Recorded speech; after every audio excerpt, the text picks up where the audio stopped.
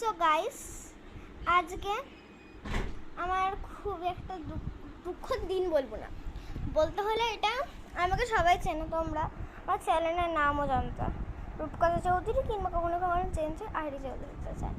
কিন্তু ভুল করে আমার মায়ের ফোন থেকে ওটা আমি কন্টিনিউ করতাম, আমার ফোন থেকেও কন্টিনিউ করতাম, কিন্তু জিমেল আইডিটা আমার মায়ের ছিল। সেই জিমেল আইডিটা থেকে এত ফটো হয়ে গেছে না, সেটা পুরো গেছে, মানে পুরো ইউটিউবে উঠে গেছে, কোনো কিছু হচ্ছে না, জাস্ট ওখানে ইউটিউবটাই হচ্ছে না, ডাউনলোড জিনিসই হচ্ছে না।